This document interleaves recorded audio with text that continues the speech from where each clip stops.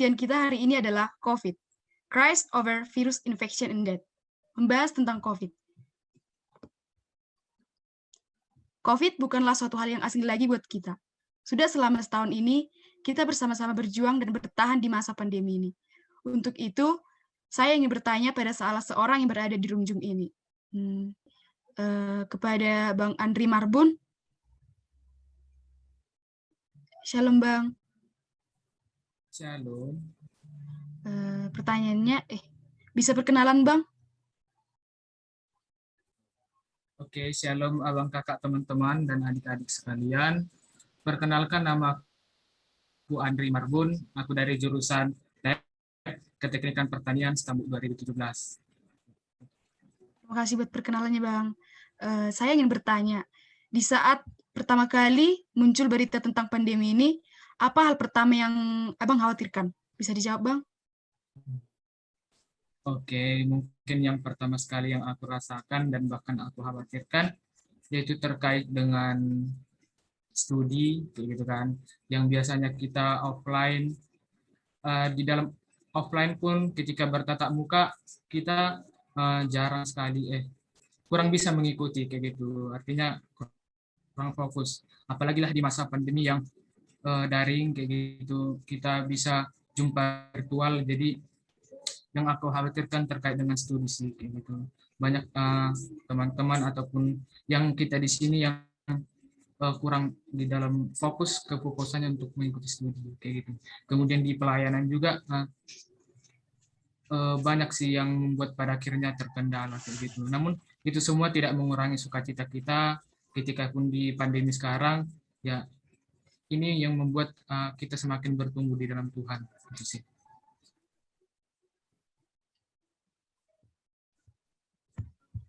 Terima kasih buat jawabannya, Bang. Pastinya pada saat masa pandemi ini, banyak yang kita khawatirkan, bahkan banyak yang kita takutkan. Kita takut nantinya virus ini dapat menyerang keluarga kita, bahkan menyerang diri kita sendiri. Namun, virus yang bahkan berukuran sangat kecil ini, bahkan tak kasat mata, mampu menyerang siapa saja. Di masa pandemi ini, banyak yang kita takutkan. Seperti yang dibilang Bang Andri Marbun tadi, kita tidak bisa bertemu, bahkan bertemu dengan teman-teman kita. Kita belajar secara online. Pastinya itu membuat kita semakin jenuh belajar. Namun sekarang kita akan mengupas hal itu lebih dalam bersama dengan Bang Untung Suseno. Selamat datang dan selamat melayani, Bang.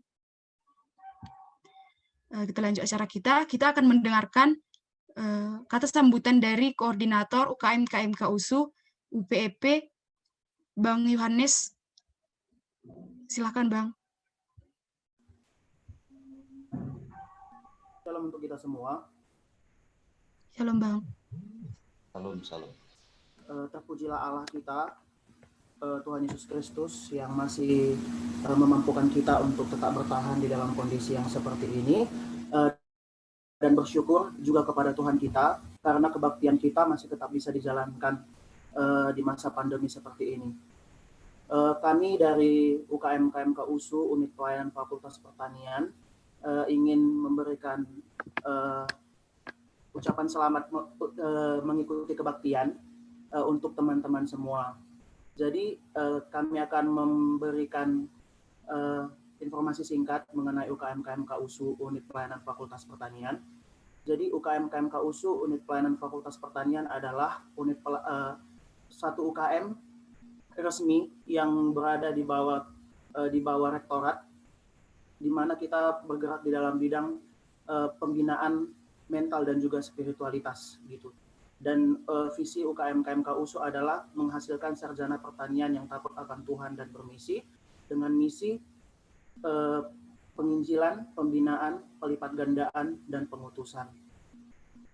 Bergeraknya UKM KMK USU ini di pertanian itu dengan harapan dihasilkannya sarjana-sarjana pertanian yang betul-betul mencintai Tuhan dan mengerjakan bagian kita di dunia alumni nanti, yaitu menjadi garam dan terang dan memberitakan Injil.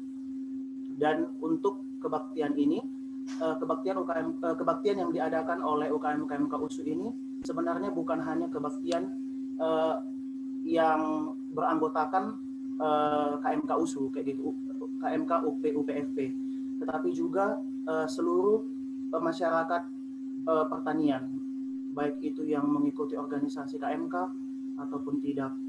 Tetapi sebenarnya hal yang paling utama yang paling kami rindukan ketika membuat kebaktian ini adalah ketika seluruh masyarakat UKM, seluruh masyarakat pertanian, jurusan apapun itu dan siapapun dia dapat bersama-sama mengikuti kebaktian ini. Kita dapat beribadah bersama. Maka dari itu, mari kita sama-sama menikmati hadirat Tuhan di dalam kebaktian kali ini. Dan juga sebagai informasi, untuk kebaktian kita diadakan 1 kali di dalam 2 minggu.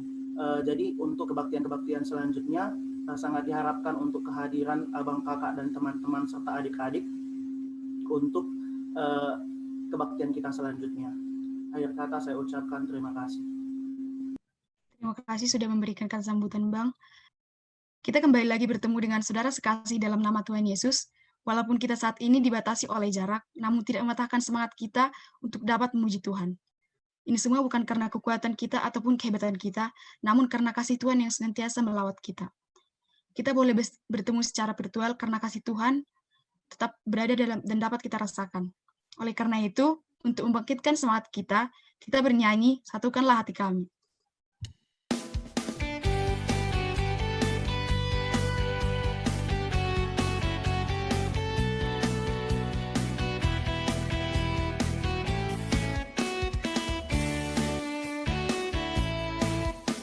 Satukanlah hati kami untuk memuji dan menyembah, oh Yesus, Tuhan dan Rajaku.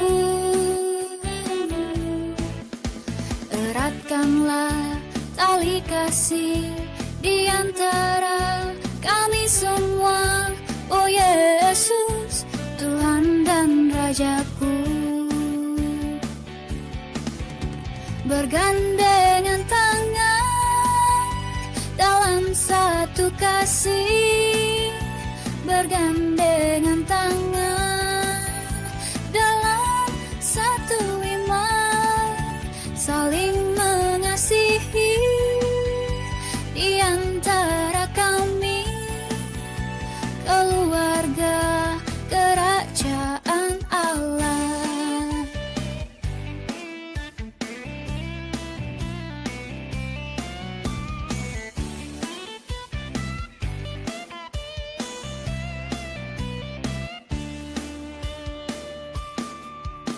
Satukanlah hati kami untuk memuji dan menyembah, oh Yesus, Tuhan dan Rajaku. Eratkanlah tali kasih di antara kami semua, oh Yesus, Tuhan dan Rajaku. Bergandengan tangan dalam satu kasih, bergandengan tangan dalam satu iman, saling mengasihi di antara kami, keluarga kerajaan Allah. Keluarga kerajaan Allah, keluarga kerajaan Allah.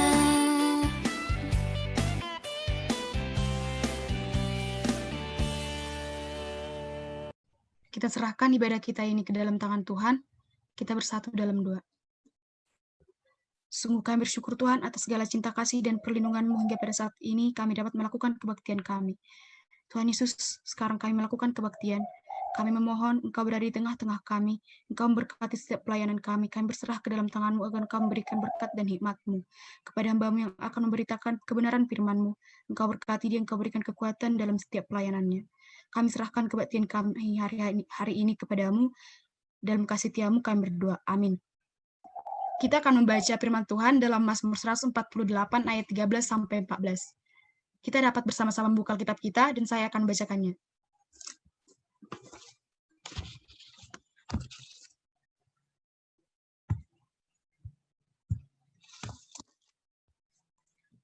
Mazmur 148 ayat 13-14. Biarlah semuanya memuji-muji Tuhan, sebab hanya namanya saja yang tinggi luhur. Keagungannya mengatasi bumi dan langit. Ia telah meninggikan tanduk umatnya, menjadi puji-pujian bagi semua orang yang dikasihinya, bagi orang Israel, umat yang dekat padanya. Haleluya. Kitab Mazmur ini ditulis oleh Raja Daud. Melalui ayat ini, ia memberitakan bahwa ia merasa senang akan Allah, ia merasa senang terhadap pemujian terhadap Allah. Melalui ayat ini, itu adalah sebuah panggilan serius kepada semua makhluk agar memuji Sang Pencipta yang tak terlihat namun nampak melalui karyanya.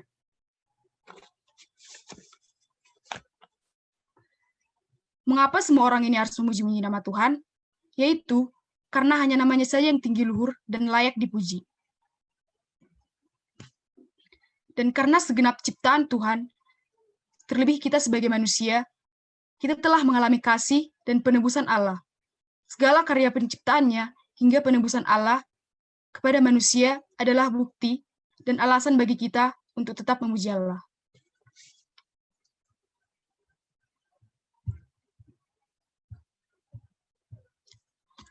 Mari kita angkat lagu ucapan syukur dan lagu penyembahan kita lebih dalam ku menyembah. Dan di akhir lagu kepada Bang Untung Suseno kami persilahkan untuk membawa kebenaran firman Tuhan.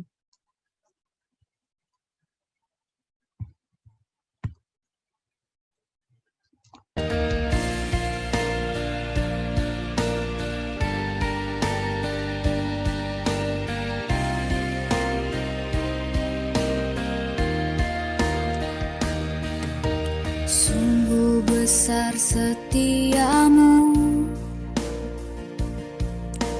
nyata di sepanjang hidupku. Darahmu telah layakkan kehidupanku.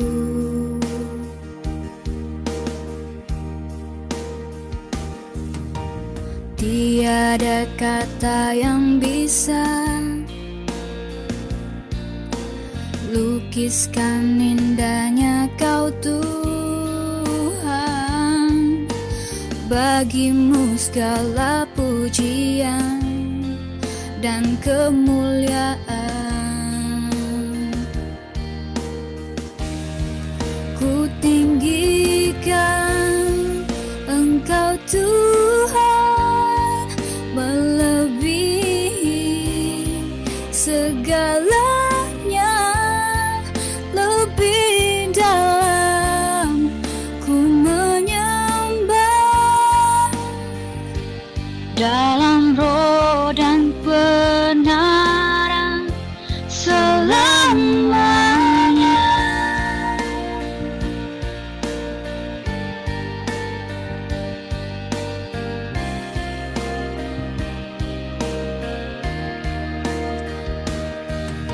Sungguh besar setiamu, nyata di sepanjang hidupku. Darahmu telah layakkan kehidupanku.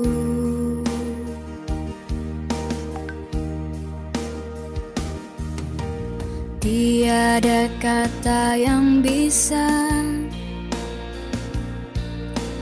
lukiskan indahnya Kau Tuhan. Bagimu segala pujian dan kemuliaan. Ku tinggikan Engkau Tuhan, melebihi segalanya, lebih dalam ku menyembah dalam roh dan kebenaran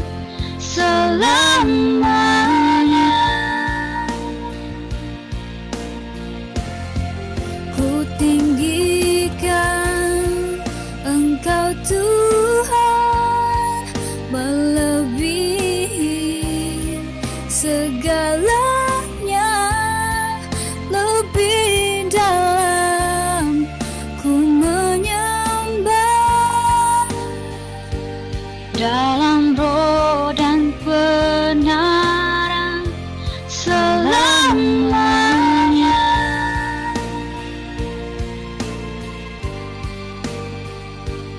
Dalam roh dan kebenaran selamanya.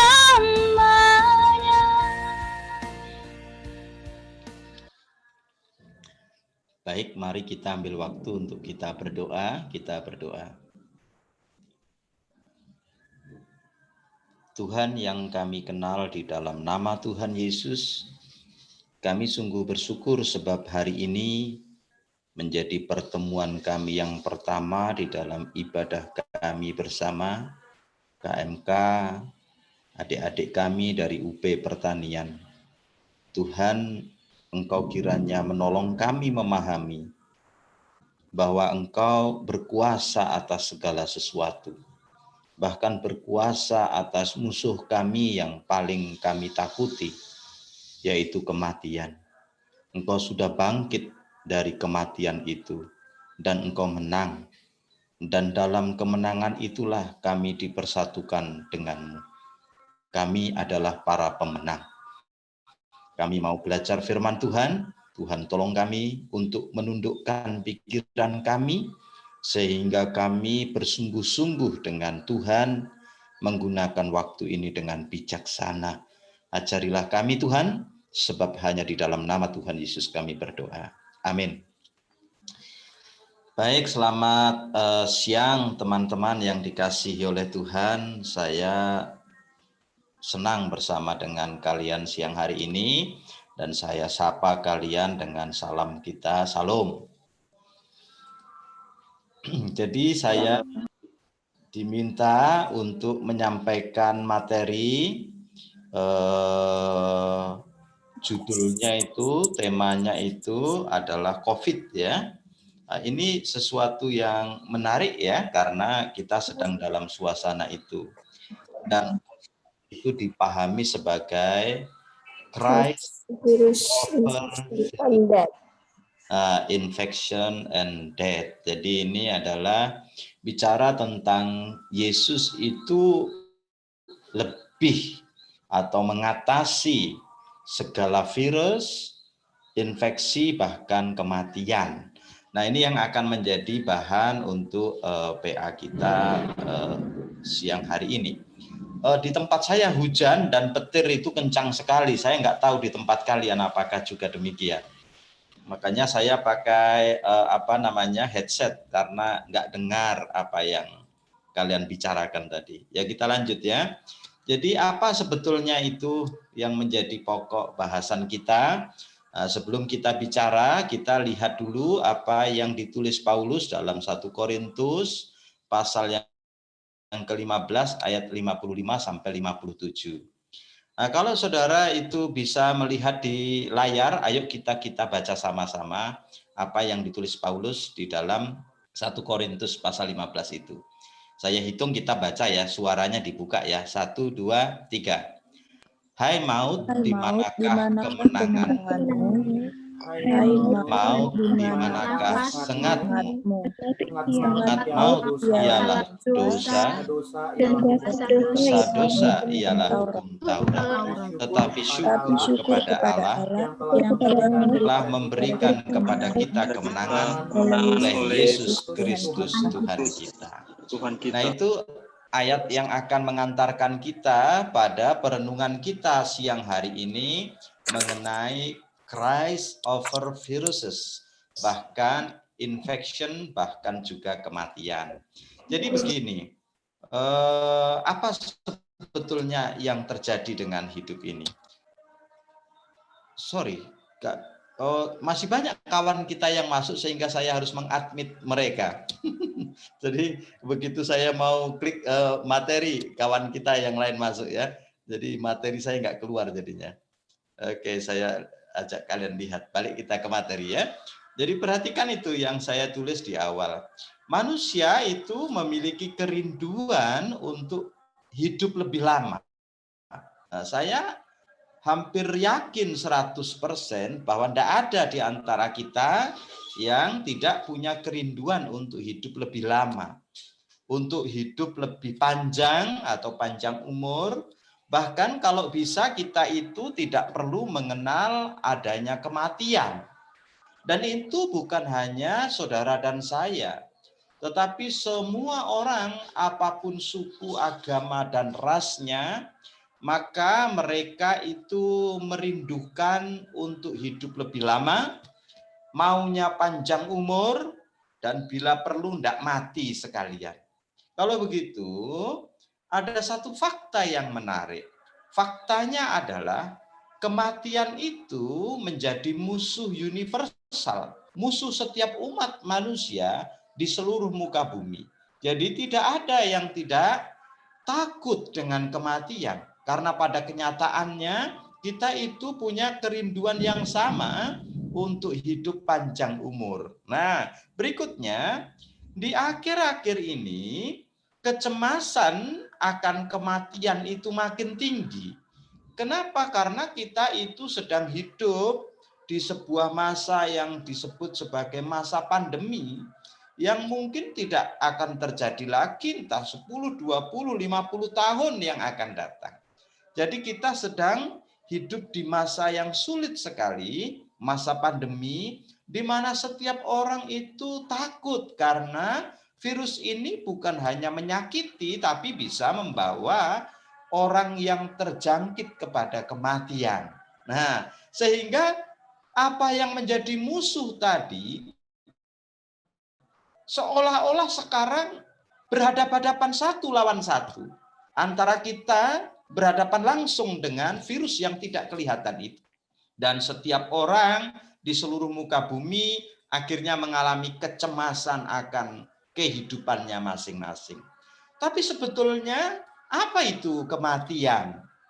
Dan apa yang menyebabkan orang itu mati? Apakah virus itu bisa membunuh kita? Kalau membunuh kita itu, apa itu kematian? Lalu bagaimana kita itu bisa punya jaminan kemenangan atas musuh terbesar yang menjadi musuh universal tadi? Apakah kita itu sebagai murid-murid Tuhan punya kemungkinan untuk menang, potensi untuk mengalahkannya? Nah, ini yang menjadi bahan renungan kita siang hari ini. Nah, mari kita lihat kepada tema kita. Christ over viruses, infection, and death. Nah, jadi saya lihat bagian yang pertama. Saya ajak saudara melihat itu apa kematian menurut iman Kristen. Yang pertama, kematian itu disebut sebagai kematian jasmani. Apa itu? Yaitu perpisahan antara tubuh atau jiwa kita dengan roh kita. Dan ini dicatat oleh Paulus dalam 2 Korintus 5 ayat 1 sampai 10. Tapi saudara perlu tahu bahwa kematian jenis ini tidak bisa saudara hindari. Artinya setiap orang akan mengalami ini. Lalu yang kedua, ada yang disebut sebagai kematian rohani. Apa itu kematian rohani?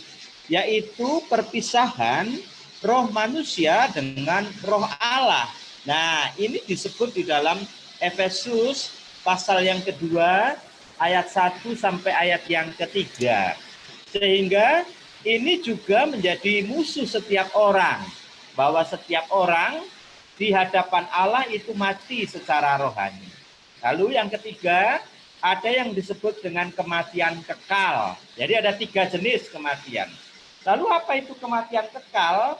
Yaitu perpisahan manusia seutuhnya selama-lamanya dengan Allah penciptanya. Roma pasal 6 ayat 23. Bahwa upah dosa ialah kematian. Keterpisahan dengan Allah selama-lamanya. Nah, ini hanya akan terjadi bagi mereka yang tidak menerima Yesus sebagai Tuhan dan Juru Selamat. Jadi kematian oleh Alkitab dibahas dalam 3 perspektif itu. Ada kematian jasmani atau korporal, yang kedua ada spiritual, yang ketiga ada kematian kekal. Nah, kematian suka ndak suka, mau ndak mau adalah bagian dari musuh kita yang sangat-sangat menakutkan. Tetapi bagi orang yang percaya, kita tadi sudah baca 1 Korintus 15 ayat 55 sampai ayat 57.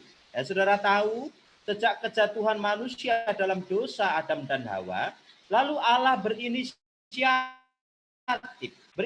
untuk apa? Untuk mencarikan jalan keluar supaya manusia yang berdosa itu lepas dari tuntutan murka Allah. Sehingga Allah menggunakan berbagai macam cara, menggunakan sistem pengorbanan di dalam PL, sistem korban. Ada yang binatang disembelih, ada domba, ada sapi, ada kemudian binatang yang lainnya seperti burung dan lain sebagainya. Tetapi seluruh inisiatif Allah itu kemudian memuncak di dalam perjanjian baru dan pada korban kematian Yesus Kristus. Sehingga kematian dan kebangkitan Yesus Kristus menjadi cara ultimate Tuhan untuk kemudian menolong melepaskan manusia dari hukuman dan murka Allah. Nah, saya ulang lagi. Setiap orang, saudara dan saya, itu adalah orang-orang yang lahir dalam natur yang berdosa. Sebab kita adalah keturunan Adam dan Hawa. Dalam natur yang berdosa itu, maka kita sekarang diancam. Hidup di bawah namanya itu indictment atau ancaman. Dan itu ancaman itu lebih menakutkan dari sekedar sakit penyakit, virus, dan lain sebagainya. Virus mungkin bisa menyebabkan kita nggak jadi berteman seperti kesaksian kawan kita tadi. Sulit ketemu orang. Virus ini mungkin menyebabkan kita itu harus jaga jarak sehingga kita nggak bisa kuliah secara tatap muka. Atau virus ini juga bisa menyebabkan kita harus menggunakan budaya yang baru dan lain sebagainya. Atau semaksimal mungkin virus itu bisa membawa kita kepada kematian jasmani. Tetapi ada virus yang lebih hebat dari itu, yaitu virus yang diakibatkan oleh dosa. Dan virus itu bukan hanya membawa kita kepada kematian jasmani, tetapi bisa membawa kita kepada kematian terakhir, kematian kedua, atau keterpisahan dengan Allah selama-lamanya. Itu sebabnya Yesus oleh Allah diberikan bagi kita dan mati di kayu salib. Lalu apa dampaknya? Nah, dampaknya itu ada di poin A. Yang pertama, Yesus Kristus itu mengalami kematian jasmani di kayu salib di Matius pasal 27 ayat yang ke-50. Lalu kemudian lanjutnya, bedanya antara kematian kita dengan kematiannya adalah ia mati dalam keadaannya yang tidak berdosa. Nah, saya bilang, apa bedanya kematian Yesus dengan kematian manusia pada umumnya? Kematian manusia pada umumnya mati dalam dosa-dosanya. Tapi kematian Yesus tidak sama. Sebab Ibrani 2 ayat 9 mengatakan Yesus itu merasakan apa yang kita rasakan. Ia lapar, haus, ia juga dicobai. Hanya ketika ia dicobai, ia tidak berbuat dosa. Sehingga ketika ia mati di kayu salib, ia memenuhi tuntutan sistem Allah untuk menjadi cara pengorbanan yang nantinya itu memenuhkan komplit seluruh persyarat untuk menyelamatkan manusia. Jadi Yesus kemudian menunjukkan kuasanya atas manusia dan atas dosa, atas kematian. Dengan cara apa? Bangkit dari antara orang mati pada hari yang ketiga. Nah, Matius 28, Wahyu 1 ayat 18, dan seterusnya. Sehingga dampaknya adalah kematian yang adalah musuh utama, yang adalah musuh universal, yang diakibatkan oleh virus dosa itu sudah dikalahkan oleh Yesus. Di dalam 1 Korintus 15 ayat 55 dikatakan di sana, hai maut, di mana sengatmu? Hai maut, di mana kuasamu? Artinya apa? Maut tidak punya lagi kuasa untuk apa? Untuk mengalahkan atau untuk menakut-nakuti orang percaya. Jadi sekarang musuh kita itu bukan sekedar virus, karena virus itu sudah ada vaksinnya. Tetapi virus dosa tidak bisa ditemukan vaksinnya di dunia ini. Dan vaksinnya hanya ada di dalam Yesus Kristus yang mati di kayu salib itu sendiri. Jadi kalau begitu, ini dampak yang membuat kita manusia kemudian ditawari oleh Allah anugerah, special grace untuk apakah kamu mau? Apakah kamu mau merdeka? Mau dibebaskan dari apa? Dari kematian yang diakibatkan oleh virus yang bisa membunuh bukan hanya tubuh, tetapi membunuh roh kita dan juga memisahkan kita dari Tuhan selama-lamanya. Jadi bisa dikatakan bahwa kematian dan kebangkitan Yesus telah mengalahkan musuh utama kita manusia, yaitu kematian. Coba kita lihat apa keadaan saudara dan saya kalau saudara dan saya hidup tanpa Yesus. Nah, ini Kejadian 3 ayat 6 dan 7 di mana Adam dan Hawa itu jatuh di dalam dosa. Setelah Adam dan Hawa jatuh dalam dosa, maka Adam dan Hawa sekarang punya natur yang berdosa. Dalam naturnya yang berdosa, apa yang terjadi dengan dirinya? Roma 7 ayat 16 sampai 20, ia jadi budak dosa. Dia ingin melakukan yang baik tetapi selalu yang jahat. Nah, itu yang terjadi dengan saudara dan saya. Ada keinginan untuk berbuat baik tetapi yang jahat. Ada keinginan untuk mentaati firman Allah, tetapi apa yang kita inginkan itu tidak kita lakukan karena kalah oleh daging. Ada keinginan untuk hidup kudus, hidup benar. Saudara ada keinginan untuk meninggalkan dosa, dosa seksual misalkan. Ada yang terlibat pornografi, ada yang terlibat dengan dosa seks seperti masturbasi, ada yang terlibat dengan berbagai macam dosa-dosa lain, kebiasaan buruk. Dan saudara mau keluar, tetapi Roma pasal 7 ayat 16 sampai 20 mengatakan kita tidak bisa keluar sebab kita diperbudak oleh dosa itu. Nah, orang berdosa diperbudak oleh dosanya jadi budak dosa. Lalu inilah hidup kita yang kedua. 2 Korintus 3 ayat 15 sampai 16. Kita mengalami kebutaan, tetapi bukan kebutaan jasmani, melainkan kebutaan rohani, di mana kita itu ingin melihat kebenaran, tetapi mata spiritual kita selalu ditutupi dengan kebutaan spiritual. Akhirnya kita sulit sekali untuk menang, karena kita tidak bisa melihat mana benar, tidak bisa membedakan mana yang salah dengan yang benar, mana yang maunya Tuhan, mana yang maunya kita. Sehingga kebutaan rohani menjadi dampak kedua dari dosa.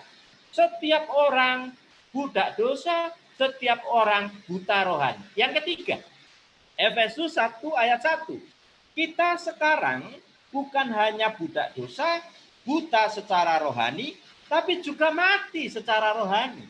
Artinya tidak ada sama sekali keinginan roh kita untuk mencari Tuhan. Walaupun ada keinginan kita untuk menyembah sesuatu, tetapi bukan untuk menyembah Allah itu. Kita ingin menciptakan Tuhan-Tuhan yang lain. Ada di antara kita yang punya banyak Tuhan yang lain. Nah, saudara bisa saja itu mentuhankan teknologi. Dan saudara itu diperbudak oleh game online. Saudara diperbudak oleh Mobile Legends. Saudara menggunakan waktu leisure time-mu dengan tidak bijaksana. Diperbudak oleh kemalasanmu dan mati secara rohani. Tidak ada kemampuan kita secara spiritual untuk berjumpa dengan Allah itu. Karena apa? Orang berdosa itu budak dosa, orang berdosa itu buta rohani, orang berdosa itu mati secara rohani. Kesimpulannya, orang berdosa layak diberi upah, dan upah dari dosa ialah kematian. Dan ini akibat dari virus yang disebabkan oleh dosa tadi. Virus yang bisa dan sudah menginfeksi semua orang. Dan virus ini bukan sembarang virus. Karena virus ini bisa membawa saudara terpisah dengan Allah selama-lamanya. Ini lebih hebat daripada COVID-19. Ini adalah virus yang bisa mematikan roh saudara dan memisahkan roh saudara dari Tuhan Allah selama-lamanya. Lalu bagaimana? Tuhan kemudian memberikan kita Yesus Kristus. Dan kemudian Kristus pada waktu disalibkan. Dalam kata-katanya di kayu salib yang terakhir di Yohanes 19 ayat 30, kemudian Yesus berkata, tetelestai. Apa tetelestai? Sudah selesai. Artinya apa? Artinya ia sudah menunaikan tugasnya di kayu salib. Tugas apa? Misi apa? Misi untuk mengadakan pendamaian. Bahwa kamu orang berdosa yang mati secara rohani, yang buta secara rohani, yang kita itu tuli secara rohani, kalau kamu mau menerimaku sebagai Tuhan dan Juru Selamat, maka di kayu salib diselesaikan. Tetelestai ini sebetulnya istilah yang dipergunakan di dalam istilah hukum Roma kuno. Istilah ini adalah ibaratnya itu seperti seorang yang punya hutang kepada kawannya, lalu dia mesti kemudian menulis surat hutang. Surat hutang itu berbunyi, saya berhutang kepada A sejumlah sekian rupiah dan saya akan membayarkannya sampai bulan depan misalkan. Tapi sebelum hutang itu lunas, kemudian orang tersebut yang punya hutang itu kena kasus masuk penjara. Maka di penjara, orang itu masuk ke dalam penjara, tapi di pintu penjara itu ditulis surat. Suratnya dia masih punya hutang kepada kawannya tadi dan belum lunas. Nah nanti kalau dia bisa melunasi hutangnya, selagi dia di dalam penjara, maka pihak pengadilan akan menulis stempel di pintu pengadilan itu, di pintu penjara itu. Tulisannya apa? Tetelestai. Artinya apa? Lunas. Yesus kemudian mau melunaskan hutang-hutang saudara, hutang dosa yang mestinya dapat penghukuman. Nah sekarang di dalam nama Yesus Kristus yang sudah mati dan bangkit itu, Tuhan sekarang berkata tetelestai. Sudah selesai. Kenapa sudah selesai? Karena aku berkuasa mengatasi segala sesuatu, termasuk musuhmu yang paling kau takuti. Apa itu? Kematian. Maka betul, Christ itu berkuasa. Kristus itu berkuasa. Mengatasi virus, mengatasi infeksi, bahkan mengatasi kematian, bukan hanya kematian jasmani, tetapi juga mengatasi kematian dalam pengertian kematian kedua, yaitu keterpisahan dengan Allah kekal. Kalau engkau mau, kalau engkau menerima Yesus, kalau engkau menjadikan Yesus sebagai Tuhan dan Allahmu, maka Tuhan berkata, tetelestai. Nah pertanyaannya adalah, kalau demikian, bagaimana caranya? Apa jalan keluarnya? Bagaimana caranya supaya saya bisa menikmati apa yang Yesus katakan tadi sudah selesai? Caranya Roma 10 ayat 9 sampai 10. Nah, demikian firman Tuhan. Sebab jika kamu mengaku dengan mulutmu bahwa Yesus adalah Tuhan dan percaya dalam hatimu bahwa Allah telah membangkitkan dia dari antara orang mati, maka kamu akan diselamatkan. Karena dengan hati orang percaya dan dibenarkan, dan dengan mulut orang mengaku dan diselamatkan. Saya tadi bilang, ingat, kita sekarang sudah punya jaminan yang ditawarkan oleh Tuhan. Kita sudah punya vaksin yang ditawarkan oleh Tuhan. Vaksin yang bisa mengatasi bukan hanya virus dan infeksi atau kematian jasmani, tetapi vaksin yang bisa mengatasi kematian kedua, yaitu keterpisahan dari Allah selama-lamanya atau penghukuman dalam kekekalan. Vaksin itu ada di dalam Yesus Kristus. Dan vaksin itu sudah ditawarkan kepada semua orang, termasuk kepada saudara. Lalu kemudian saudara dan saya bertanya, gimana caranya supaya saya divaksin sehingga saya itu tidak perlu cemas lagi menghadapi musuh terbesar manusia, yaitu kematian. Maka menurut Roma pasal 10 ayat 9-10 tadi, ada dua yang mesti saudara lakukan. Pertama, mengaku dengan mulut. Apa itu mengaku dengan mulut? Kamu harus menyatakan dengan kata-katamu. persetujuan akan fakta bahwa dosa itu menyebabkanmu mati dan akan dihukum oleh Allah. Kamu mesti setuju bahwa Tuhan, saya orang berdosa. Dan saya tidak mungkin bisa keluar dari hukuman dosa ini jika tidak mengikuti jalan keluar yang Tuhan sediakan. Yaitu menerima Yesus sebagai Tuhan dan Juru Selamat saya. Mengaku dengan mulut, you mesti berdoa, you mesti buka mulutmu, you mesti katakan pengakuanmu bahwa saya orang berdosa.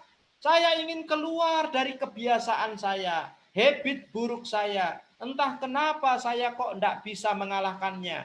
Kenapa saya mudah sekali cemburuan. Kenapa saya mudah sekali minderan. Kenapa saya itu tidak bisa keluar dari perbudakan dosa seperti masturbasi, seperti dosa seks lainnya, pornografi, cerita-cerita dewasa yang berbau porno, dan lain sebagainya.